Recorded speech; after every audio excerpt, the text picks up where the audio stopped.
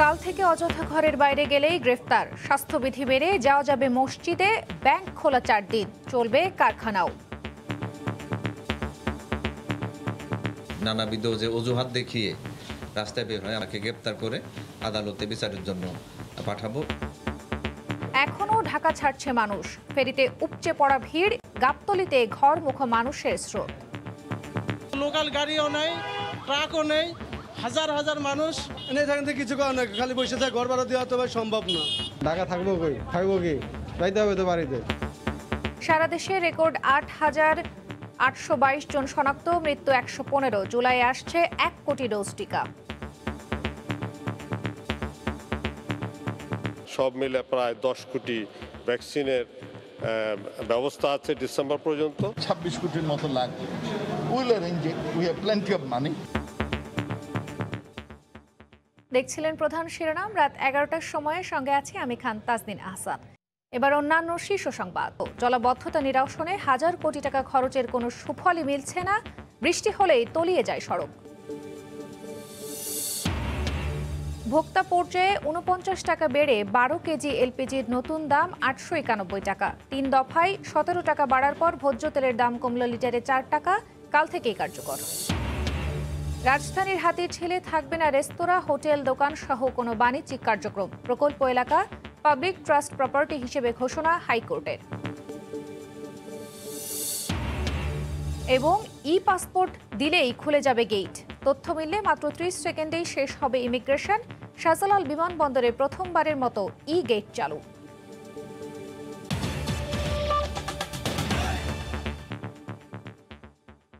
কাল থেকে অযথা ঘরের বাইরে বের হলেই আইনি ব্যবস্থা, মোতায়েন থাকবে সেনাবাহিনী। সরকারি বেসরকারি অফিস বন্ধ রেখে 1 সপ্তাহের কঠোর লকডাউনের প্রজ্ঞাপন জারি করেছে মন্ত্রিপরিষদ বিভাগ।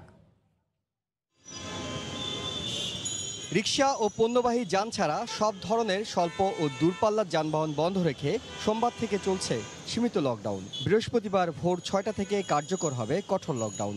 কি থাকছে নিষেধাজ্ঞার আওতায় মঙ্গলবার রাতে সরকারের উচ্চ পর্যায়ে বৈঠকের পর বুধবার দুপুরে এই বিষয়ে প্রজ্ঞাপন জারি করে মন্ত্রিপরিষদ বিভাগ। সরকারি আদেশে কঠোর লকডাউনে বন্ধ থাকবে সব ধরনের সরকারি বেসরকারি ও স্বায়ত্তশাসিত অফিস। পুরো বন্ধ থাকবে শপিং মল ও মার্কেট। বন্ধ থাকবে অভ্যন্তরীণ বিমানসহ সব ধরনের যন্ত্রচালিত যানবাহন। জরুরি পরিষেবার আওতায় চলবে খাদ্য, ত্রাণ, স্বাস্থ্য ও নাগরিক সেবার সাথে যুক্ত যানবাহন। দেশব্যাপী চালু থাকবে পণ্যবাহী ট্রাক, লরি ও কাভার্ড ভ্যান। এছাড়া আন্তর্জাতিক ফ্লাইট চালু থাকায় ভ্রমণের টিকিট দেখিয়ে গাড়ি ব্যবহার করা যাবে। নিত্য প্রয়োজনীয় কাঁচাবাজার উন্মুক্ত স্থানে চলবে সকাল 9টা থেকে বিকেল 5টা পর্যন্ত। খাবারের দোকান, হোটেল, রেস্তোরাঁ সকাল 8টা থেকে রাত 8টা পর্যন্ত খোলা রাখা গেলেও সেখানে বসে খাওয়া যাবে না। জরুরি প্রয়োজন ছাড়া কেউ ঘর থেকে বের হলে আইন শৃঙ্খলা বাহিনী তাদের বিরুদ্ধে আইনি ব্যবস্থা নেবে। তবে টিকা কার্ড দেখিয়ে যাওয়া যাবে কেন্দ্রে। মাঠে থাকবে সেনা, বিজিবি, পুলিশ, র্যাব ও আনসার বাহিনী। Army in aid two civil পাওয়ার বিধানে জেলা ম্যাজিস্ট্রেট স্থানীয় সেনা কমান্ডারের সাথে যোগাযোগ করে প্রয়োজনীয় সেনা উপস্থিতি নিশ্চিত করবেন। পুরো বিষয়টি তদারকি করবেন স্বাস্থ্য অধিদপ্তরের মহাপরিচালক। এহসান জুয়েল, সময় সংবাদ, ঢাকা। লকডাউনে স্বাস্থ্যবিধি মেনে মুসল্লিরা যেতে পারবেন মসজিদে। ধর্ম মন্ত্রণালয়ের প্রজ্ঞাপনে একথা জানানো হয়। এছাড়া লকডাউনে ব্যাংকিং সেবা মিলবে সপ্তাহে 4 দিন। করোনা সংক্রমণের বর্তমান পরিস্থিতিতে 1 জুলাই থেকে 7 জুলাই পর্যন্ত ঘোষিত কঠোর লকডাউনে মসজিদে নামাজ আদায়ের সুযোগ থাকবে। তবে স্বাস্থ্যবিধি কঠোরভাবে মেনেই মুসল্লিদের মসজিদে আসতে হবে বলে প্রজ্ঞাপন জারি করে জানিয়েছে ধর্ম বিষয়ক মন্ত্রণালয়। বুধবার বিকেলে জারি করা ওই প্রজ্ঞাপনে জানানো হয়, মসজিদের প্রবেশদ্বারে হ্যান্ড স্যানিটাইজার বা হাত ধোয়ার ব্যবস্থা রাখতে হবে। মুসল্লিদের অবশ্যই মাস্ক পরে আসতে হবে এবং ওযু করার সময় কমপক্ষে 20 সেকেন্ড সাবান দিয়ে হাত ধুতে হবে। মুসল্লিদের প্রত্যেককে জায়নামাজ নিয়ে মসজিদে আসতে হবে। এছাড়া নামাজের কাতারে দাঁড়ানোর ক্ষেত্রে সামাজিক দূরত্ব মানতে হবে।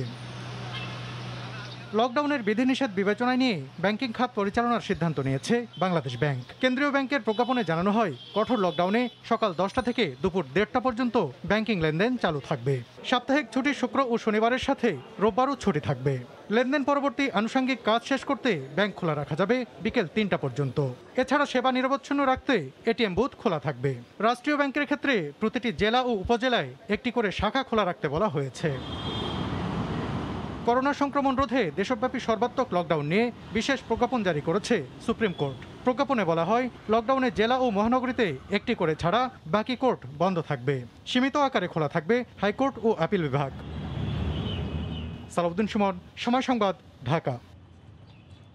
লকডাউনে সরকারি নির্দেশনা বাস্তবায়নে মোবাইল কোর্ট ছাড়াও মাঠে পুলিশের কড়া নজরদারি থাকবে বলে জানিয়েছেন DMP commissioner Shafiqul Islam.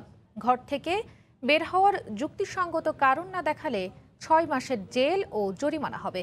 Lockdown কার্যকরে 106 জন কর্মকর্তাকে ম্যাজিস্ট্রেসি ক্ষমতা দিয়ে মোবাইল কোর্ট পরিচালনার প্রজ্ঞাপন জারি করেছে জনপ্রশাসন মন্ত্রণালয়। কঠোর লকডাউনের আগের দিনও বাড়ি যেতে মানুষের এই যাত্রা, যদিও চলছে সীমিত লকডাউন। গণপরিবহন না থাকায় গন্তব্যে পৌঁছতে হয়রানির শিকার হয়েছেন সাধারণ মানুষ। অনেক বিড়ম্বনার পরে আসছি। একজন বাইকার আমার থেকে 1500 টাকা ভাড়া চাইছে বগুড়া পর্যন্ত। কি করে খাম ভাই, দিন মজুরি করে খেতাম ভাই, মানুষ বেশি কাজ করতাম আমি, আমাকে কাম কাজ নাই, সব বন্ধ হয়ে গেছে। খালি বসে থাকা ঘর ভাড়া দেওয়া তো ভাই সম্ভব না। তবে বৃহস্পতিবার থেকে লকডাউন মানাতে ছাড় দেবে না পুলিশ। সাফ জানিয়ে ডিএমপির হুঁশিয়ারি, অযথা ঘোরাঘুরি করলেই গ্রেফতার হতে হবে। নানাবিধ যে অজুহাত দেখিয়ে রাস্তায় বের হয়, আমরা যদি সন্তুষ্ট না হই যে উনি কী কারণে বের হয়েছে, তাহলে কিন্তু এবার তাকে বেশ আইনে ঝামেলায় পড়তে হবে।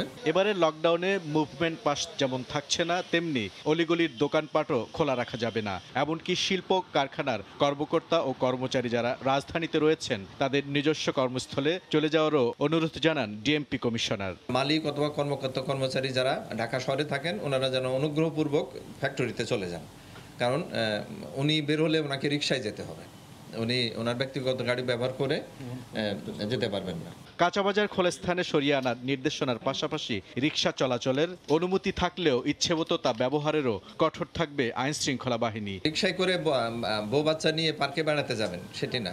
বুলবুল রেজা, সময় সংবাদ, ঢাকা। দেশে করোনায় রেকর্ড 8,822 জন শনাক্তের দিনে মারা গেছেন 115 জন।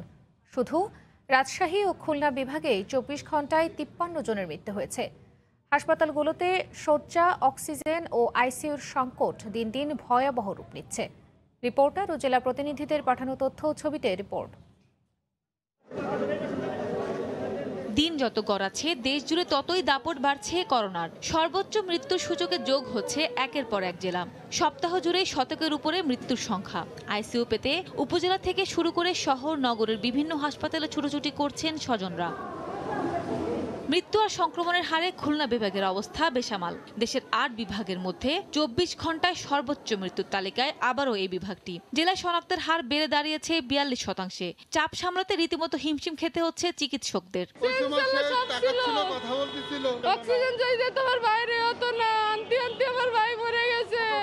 ফ্লোরে রেখে চিকিৎসা করতে হচ্ছে এবং আমাদের লোকজন তার জন্য একটু হিমশিম খেয়ে যাচ্ছে।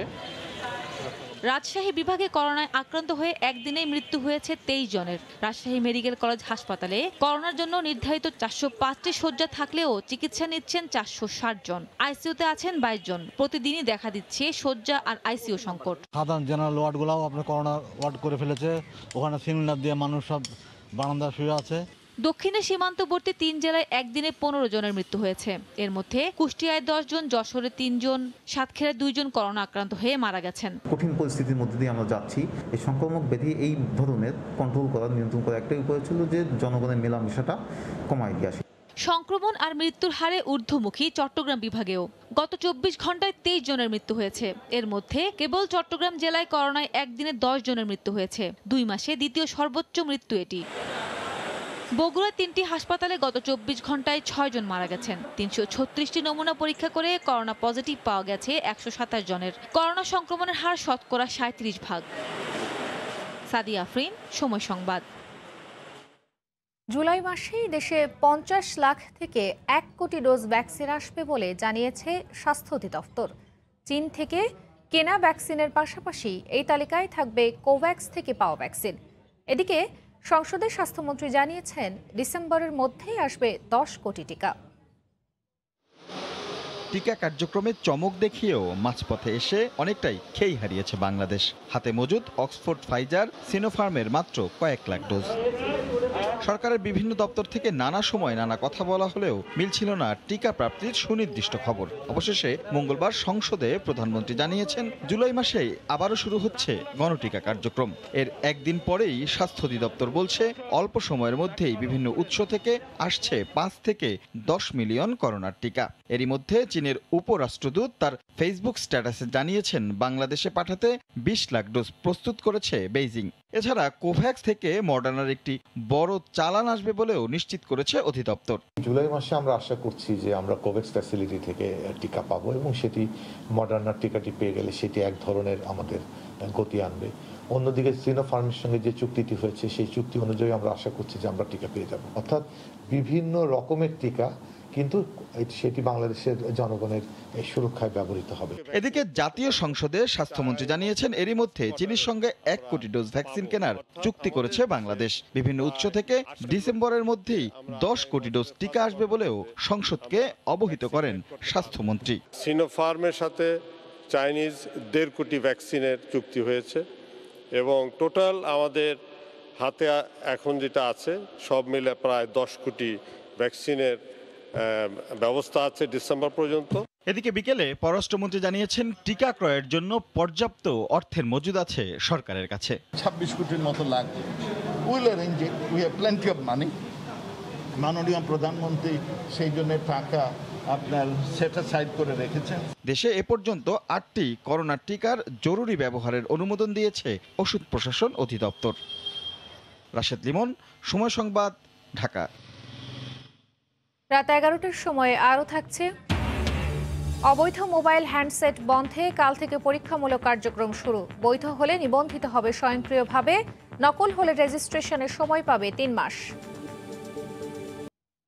সকালের এক পশলা বৃষ্টিতে আবারও ডুবল বন্দরনগরী চট্টগ্রাম। 3 ঘন্টায় মাত্র 21 মিলিমিটার বৃষ্টিতেই হাঁটু পানিতে তলিয়ে যায় নগরীর প্রধান প্রধান সড়ক এবং বেশ কিছু এলাকা। শাখাউত্তিপুর ক্যামেরায় বিস্তারিত জানাচ্ছেন কমল দে। বুধবার সকাল থেকে কয়েক ঘন্টার বৃষ্টিতে হাঁটু পানিতে তলিয়ে যায় জিইসি মোড়। একই পরিস্থিতি 16 2 নম্বর গেট হয়ে মুরাদপুর এবং বহদ্দারহাটে। বাদ যায়নি চকবাজার, কাপাসগোলা এলাকা। যখন পানিও অনেক হয়ে যায় তখন আসছে পরিষ্কার করার জন্য নির্মাণ কাজের গুছুল্লা দিই রাস্তাগুলো এভাবে বন্ধ হয়ে যায়। বড় বড় ড্রেনগুলো ময়লা আবর্জনায় পরিপূর্ণ হয়ে যাওয়ায় মুরাদপুর এবং বহদ্দারহাট এলাকায় জলাবদ্ধতার জন্য দায়ী করা হচ্ছে। আর সেই ময়লা অপসারণে কাজ করছে সেনাবাহিনীর 34 কনস্ট্রাকশন ব্রিগেড।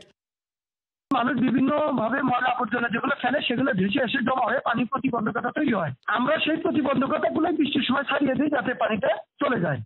সামান্য বৃষ্টিতে নগরী তলিয়ে যাওয়ার জন্য সরকারি সংস্থাগুলোর সমন্বয়হীনতাকেই দুষছেন নগর পরিকল্পনাবিদরা। জনগণের প্রতি দায়বদ্ধতা নেই এবং ড্রেনেজ প্রকল্প বাস্তবায়নের সময় জনদুর্ভোগ কীভাবে লাঘব করতে হবে সেটা মাথায় না রেখে প্রায়োরিটি নির্ধারণ না করার কারণেই আজও আমরা এই সংকটে নিপতিত হয়ে আছি। বিভিন্ন স্থানে ড্রেন থেকে ময়লা আবর্জনা অপসারণের পর এদিন দুপুর 1টার দিকে প্রধান সড়কগুলো থেকে পানি নেমে গেলে পুনরায় যানবাহন চলাচল শুরু হয়। ভোর 6টা থেকে সকাল 9টা মাত্র 3 ঘন্টা বৃষ্টিপাত রেকর্ড করা হয়েছে 21 মিলিমিটার। আর এই সামান্য বৃষ্টিতেই হাঁটু সমান পানিতে তলিয়ে গেছে নগরীর বিভিন্ন এলাকা। নালা নর্দমাগুলো যেমন ভরাট হয়ে গেছে, ঠিক তেমনি নগরবাসীর অসচেতনতায় এই জমাটবদ্ধ হয়ে আছে ময়লা আবর্জনা। আর এতেই নগরীর মুরাদপুর, বহদ্দারহাট সহ বিভিন্ন এলাকায় জলাবদ্ধতা সৃষ্টি হচ্ছে বলে মনে করছেন জলাবদ্ধতা নিরসনে সম্পৃক্ত কর্মকর্তারা। নগরীর মুরাদপুর থেকে কমল দে, সময় সংবাদ। 3 দফায় লিটারে 17 টাকা বাড়ানোর পর খুচরা পর্যায়ে 4 টাকা কমানো হলো সয়াবিন তেলের দাম। বুধবার গণমাধ্যমে পাঠানো এক বিজ্ঞপ্তিতে ভোজ্য তেল ব্যবসায়ীদের সংগঠন জানিয়েছে, দেশের বাজারে কাল থেকেই কার্যকর হবে নতুন দাম। এদিকে ভোক্তা পর্যায়ে 49 টাকা বেড়ে 12 কেজি এলপিজির নতুন দাম 891 টাকা। জুবাইর ফয়সালের রিপোর্ট। টানা 3 দফা বাড়ার পর অবশেষে দেশের বাজারে কমতে যাচ্ছে ভোজ্য তেলের দাম। বুধবার এক বিজ্ঞপ্তিতে ভেজিটেবল অয়েল রিফাইনার্স অ্যাসোসিয়েশন জানিয়েছে, বাণিজ্য মন্ত্রণালয় ও ট্যারিফ কমিশনের সঙ্গে আলোচনা করেই লিটারে 4 টাকা কমানো হচ্ছে সয়াবিনের দাম। তাদের দাবি, পবিত্র ঈদুল আজহা এবং করোনা সংকটে মানুষের ক্রয় ক্ষমতা কমে যাওয়ায় নেওয়া হয়েছে এমন সিদ্ধান্ত। বিজ্ঞপ্তিতে বলা হয়, নতুন সিদ্ধান্তে খোলা সয়াবিন বিক্রি হবে 125 টাকা দরে। 5 লিটারের বোতলের নতুন দাম 712 টাকা আর পাম সুপার অয়েল বিক্রি হবে 108 টাকা দরে। যদিও এতে সন্তুষ্ট নন ক্রেতারা। বাড়াবার সময় তো 400 টাকা তেল 700 টাকা হয়েছে, এখন কমাবার সময় কমাইতেছে 3 টাকা 4 টাকা। সরকারের সাথে ব্যবসায়ী এদের তেলের কি চুক্তি, এরা আমরা তো সাধারণ ক্রেতা, আমরা তো বুঝতে পারি না। সরকার যদিও একটা রেট ফিক্স করে দেয়, তারপরে দেখা গেছে বাজারে এটা ডে বাই ডে ঊর্ধ্বগতি হতে থাকে। যারা সাধারণ পাবলিক, শ্রমিক, তাদের উপরে কঠিন অবস্থা হয়ে গেছে। তবে খুচরা পর্যায়ে নতুন দাম কার্যকর হতে আরও 1 সপ্তাহ লাগবে বলেই মনে করছেন বিক্রেতারা। সরকার যে 4 টাকা করে যে রেট কমায় বেঁধে দিয়েছে, এই দাম কম দামে বিক্রি করতে আরও 1 সপ্তাহ সময় লাগে। এখন সবার কাছে আগের মাল আছে, সবার কাছে আগের মাল, নতুনের মাল তো কারো কাছে নেই। যখন বাড়ে তখন ওনারা কোম্পানিরা দেখেছে আজকে মনে করেন 2 টাকা বাড়ছে, তখন 5 টাকা বাড়াই দেয়, কিন্তু কমাইবার সময় ওনারা কমাইতে পারে না, ওনাদের কষ্ট লাগে। এদিকে ভোক্তা পর্যায়ে আবারও 49 টাকা বেড়েছে এলপিজি আর অটো গ্যাসের দাম। প্রতি কেজি 74 টাকা 24 পয়সা ধরে 12 কেজি সিলিন্ডারের দাম কর সহ 891 টাকা নির্ধারণ করা হয়েছে, যা জুন মাসে ছিল 842 টাকা। জুবায়ের ফয়সাল, সময় সংবাদ, ঢাকা।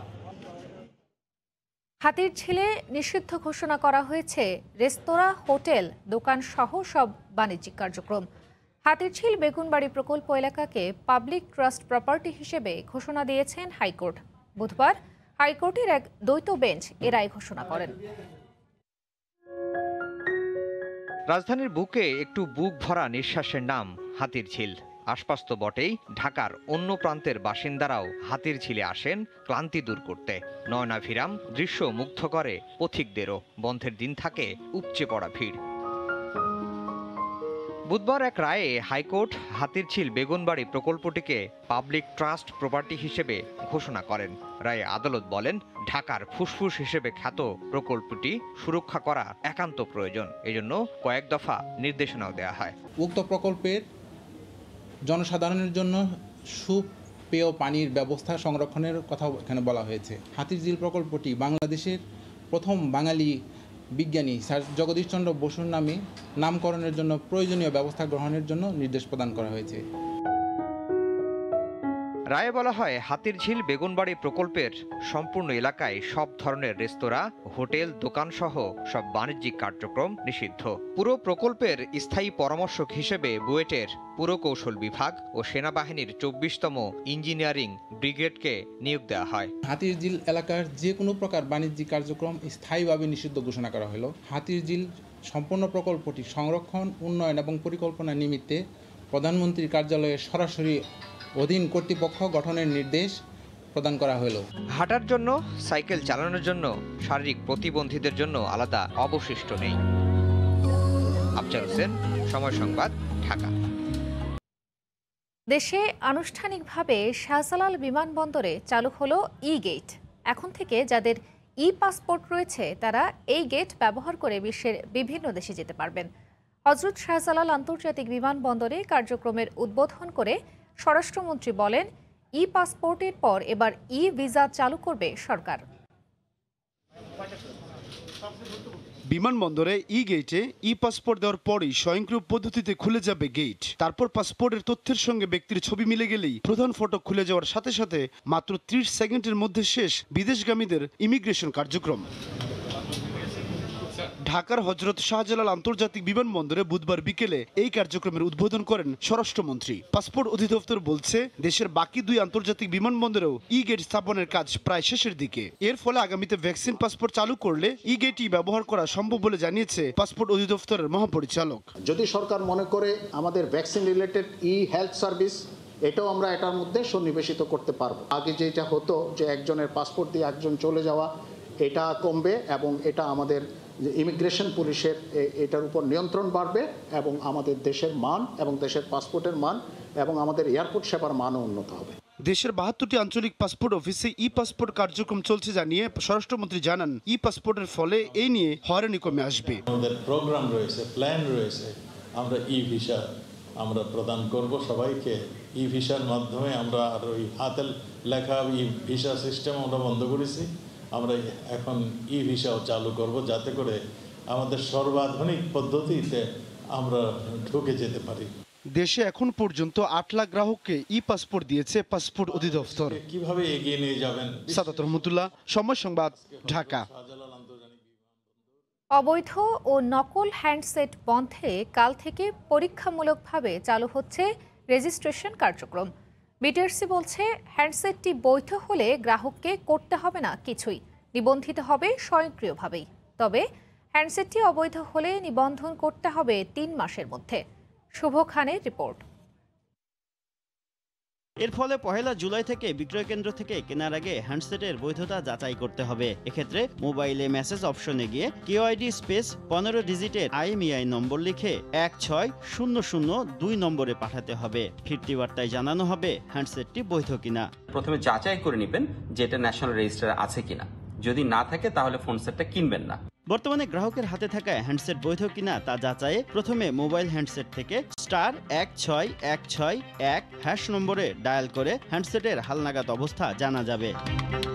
বিদেশ থেকে ব্যক্তি পর্যায়ে বৈধ কেনা বা উপহার পাওয়া হ্যান্ডসেট স্বয়ংক্রিয়ভাবে সচল হবে। ফোনগুলোকে আগামী 10 দিনের মধ্যে রেজিস্ট্রেশন করতে হবে। লকডাউনের মধ্যে আসলে ফিজিক্যালি গিয়ে কোনো কাস্টমার কেয়ারে গ্রাহকদের জন্য একটু কষ্টসাধ্য হয়ে যাবে। মোবাইল ফোন ছিনতাই বা হারিয়ে গেলে বিটিআরসির নিয়ম অনুযায়ী স্বয়ংক্রিয়ভাবে লক হওয়ার কথা, কিন্তু 3 মাসের পর্যবেক্ষণকালীন সময়ে সেটি কার্যকর হবে না। এই সময়ে উপযুক্ত প্রমাণসহ সংশ্লিষ্ট অপারেটরকে জানাতে হবে।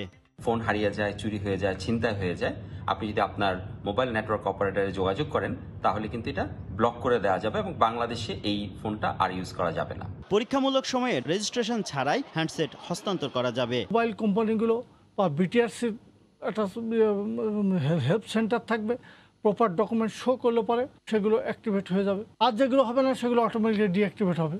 এনইআইআর বিষয়ে যে কোনো প্রয়োজনে বিটিআরসির হেল্প ডেস্ক নম্বর 100 অথবা মোবাইল অপারেটরদের কাস্টমার কেয়ার নম্বর 121-এ যোগাযোগ করতে হবে।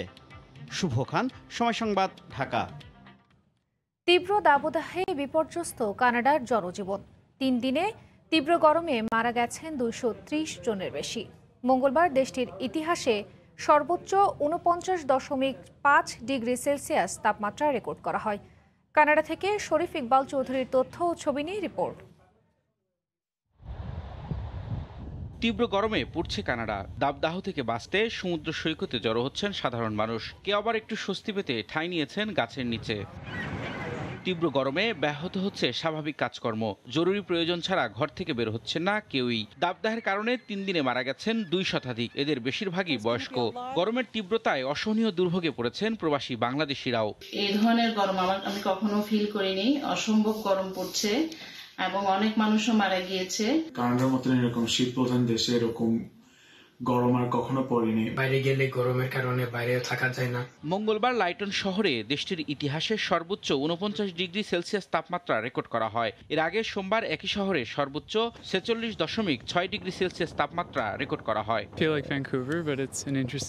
এত গরম, সব সময় সাথে পানি নিয়ে থাকতে হচ্ছে, কিচ্ছু করা যাচ্ছে না। পরিস্থিতি অবনতি হয় ব্রিটিশ কলম্বিয়া প্রদেশে বন্ধ করা হয়েছে স্কুল, কলেজ সহ সব ধরনের শিক্ষা প্রতিষ্ঠান। আগামী কয়েকদিন কানাডায় এমন দাবদাহ বিরাজ করবে বলে পূর্বাভাস দিয়েছেন দেশটির আবহাওয়া দপ্তর। রবিউল ইসলাম আওলাদ, সময় সংবাদ।